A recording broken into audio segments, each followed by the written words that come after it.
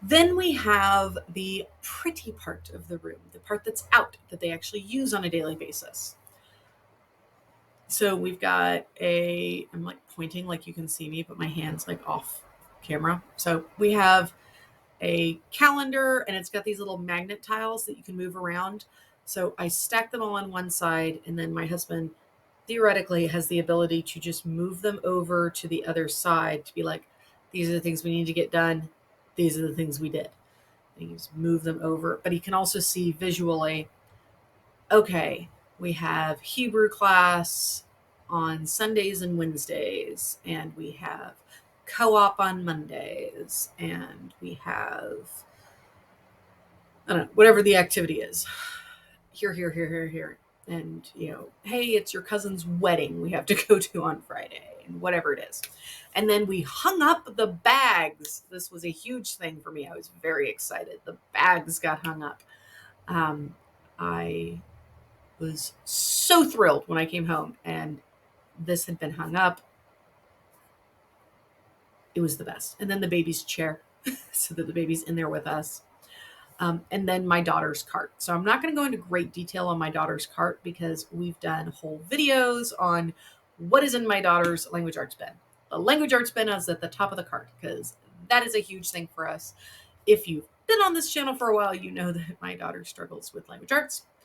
She's good at grammar, but she's terrible. Well, she's not terrible. She is progressing at reading. So all of her language arts stuff is up there. She's got her reading and her spelling and her grammar and her handwriting and more grammar stuff. And then the next bin down is like some geography stuff, some history stuff, some flashcards, different stuff we work on. So I made a joke about the like +1 thing when it comes to math. So like I actually am I put like some really basic like addition subtraction flashcards in there, not really as a troll, but really just as a like, hey, we should work on speed on some of these things because you have your like multiplication and division down really fast. You can tell me the factors of something immediately.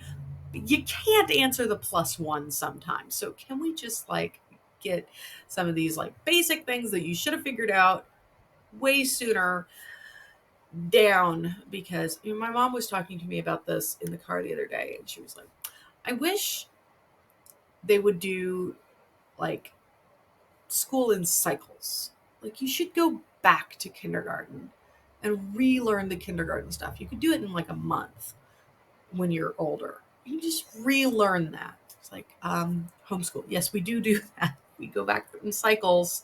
We actually have like classroom conversations. It's a cycle.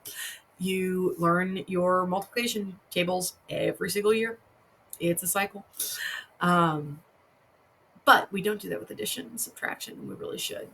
Just because it's not about can you do it, it's about how fast can you do it. Do you have this memorized, or is it a like I know how it functions, so I know how to do it? Can I do it in half a second so that I can get through this math problem faster? So anyways, that's why those are in there. I also have like a vocabulary card set, which is like 3rd grade vocabulary, which she knew most of these. She has a very good vocabulary. We read a lot. That is not really like an issue, but it's the only one I have because it's not, vocabulary is not something like we work on. It's just something that happens. Like she has vocabulary actually in her Memoria Press guides. So basically any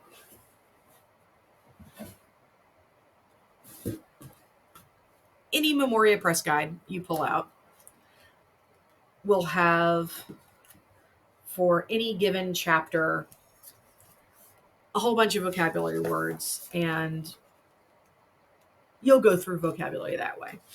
And it's really good vocabulary because it's Memoria Press and it's fantastic and they're just the best. So, and then at the bottom, I just have an open bin where we just put in like, here are the binders of stuff. So a lot of that is, here's the binder of the I Made It curriculum for what we're working on right now. So I think in there. There's like a biblical history curriculum that I made, and a um, writing curriculum that I made that's like novel writing.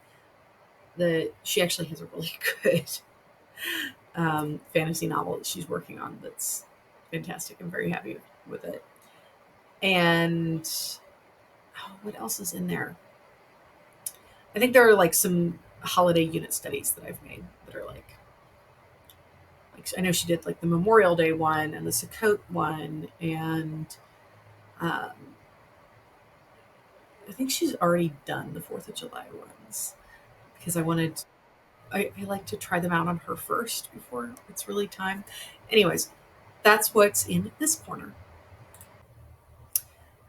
Then we have my son's corner.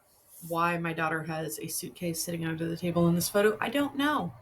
Actually, I do know. We went to Great Wolf Lodge and she had her suitcase out and it just got shoved under the table. Good choices. My son's preschool cart is here. So he's got a few different games in that Latchmate box at the top. I like putting those in the Latchmate box so that he doesn't get into them. So he has got like a game where it has ping pong balls and every ball has a different letter written on it.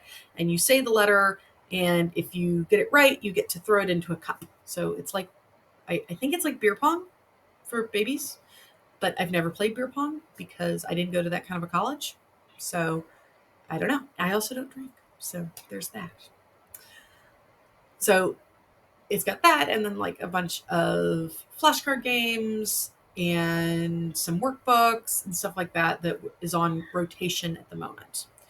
Then the next bin down, well, the next two bins are all manipulatives. I like to store the manipulatives either in the if they have those like rectangle plastic jar things with the circular jar lids that they come in. I love it if they're all in there. But if we lose those because my son got into the math cart when he was like just turned 2 and we lost a ton of stuff because I don't know, we didn't clean up after him.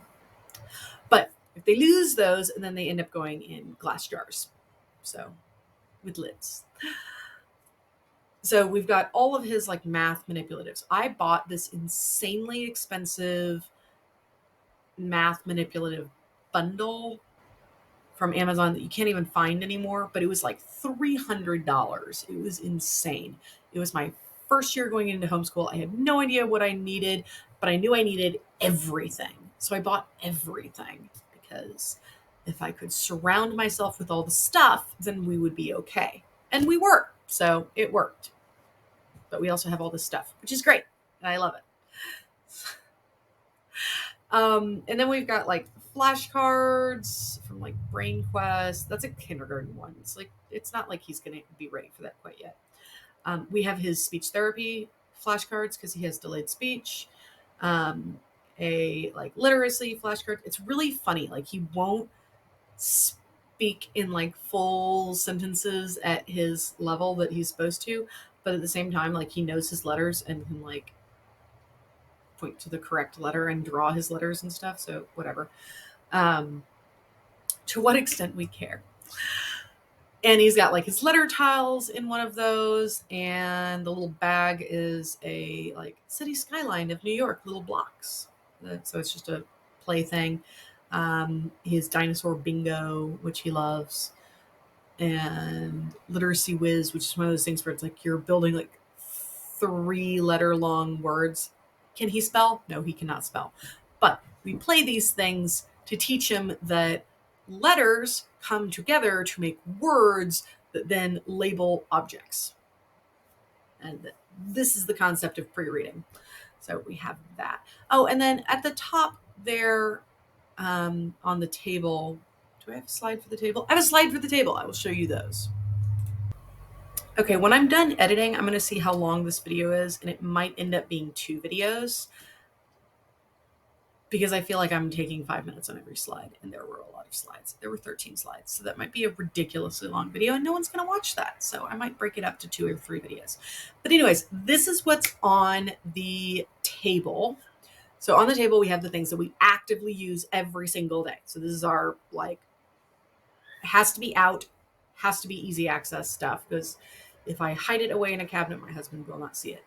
So this is our current Beast Academy work, our notebooks for working out the problems, our classical conversations and Memoria Press memory work, our geography work. Right now we're doing States and Capitals by Memoria Press, and then lots of States and Capitals books. And then my son has his little caddy. So my daughter has all the pink caddies, and my son has one blue caddy. And his one blue caddy has like an alphabet book and some dry erase things on it. And what else is in there? Oh, his Easy Peasy Preschool, Easy Peasy Kindergarten, one of the Easy Peasies binder in there for language arts. And Teach Your Child to Read in 100 Easy Lessons, which we are not ready for yet, but fingers crossed we will get to this year.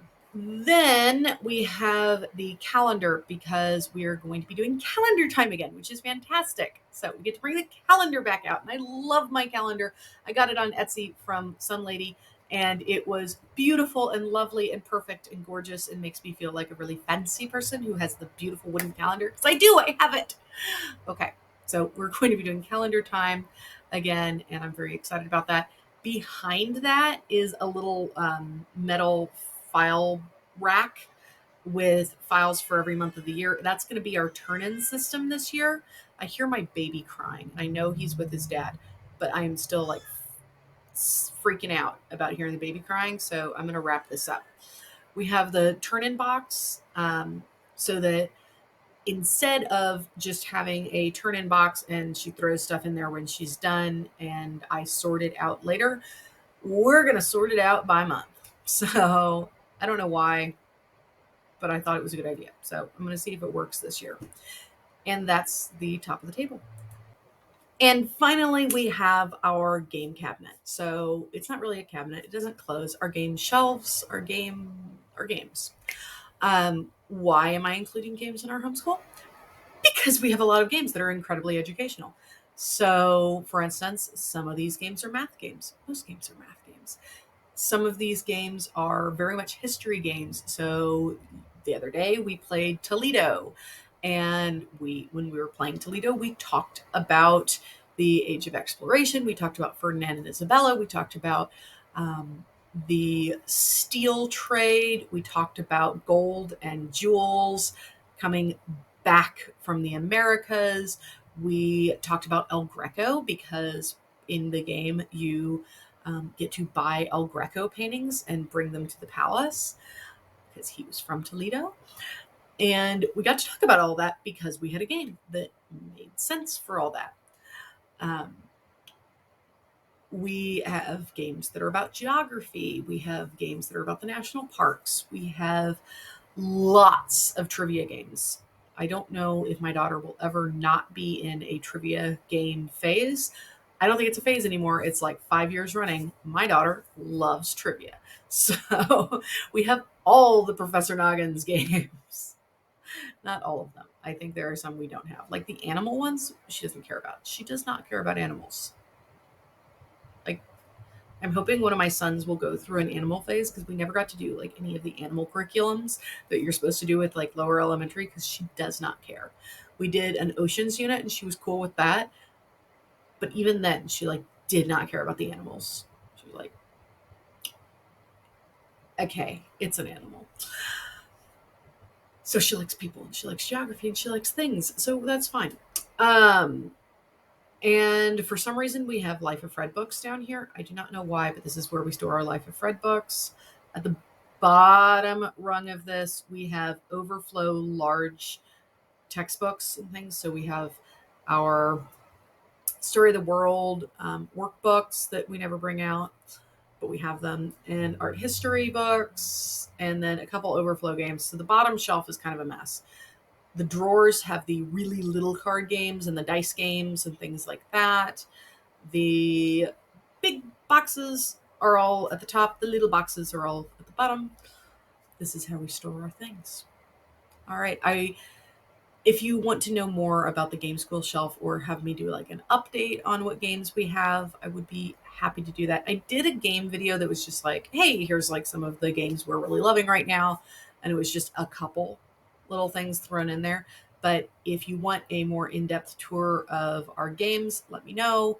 I've done one before, but we've gotten a lot more games since then. So if you want, I actually think I did like long format videos for every single subject with games. We have that many games. And that was years ago. So I have a lot more now if you would like to know more information about our games. If you would like to know more information about any of this stuff, let me know. I'll do flip throughs, I'll whatever you want. You know what? I just like making you guys happy. So whatever you want a video about, let me know. Drop it down. Drop a comment down below, as the YouTubers say, and we will get into it because this is what I like doing once or twice a week. Thanks, and I'll see you on the next one. Bye. Hey, you made it to the last part of the video. You made it all the way to the end. Thank you so much for watching. If you made it this far, you probably liked it. So you should like it. You should like and you should subscribe. You should do both of those things. You should like and subscribe. All the clicking of all the buttons. All right. Thank you. See you on the next one. And thank you for watching.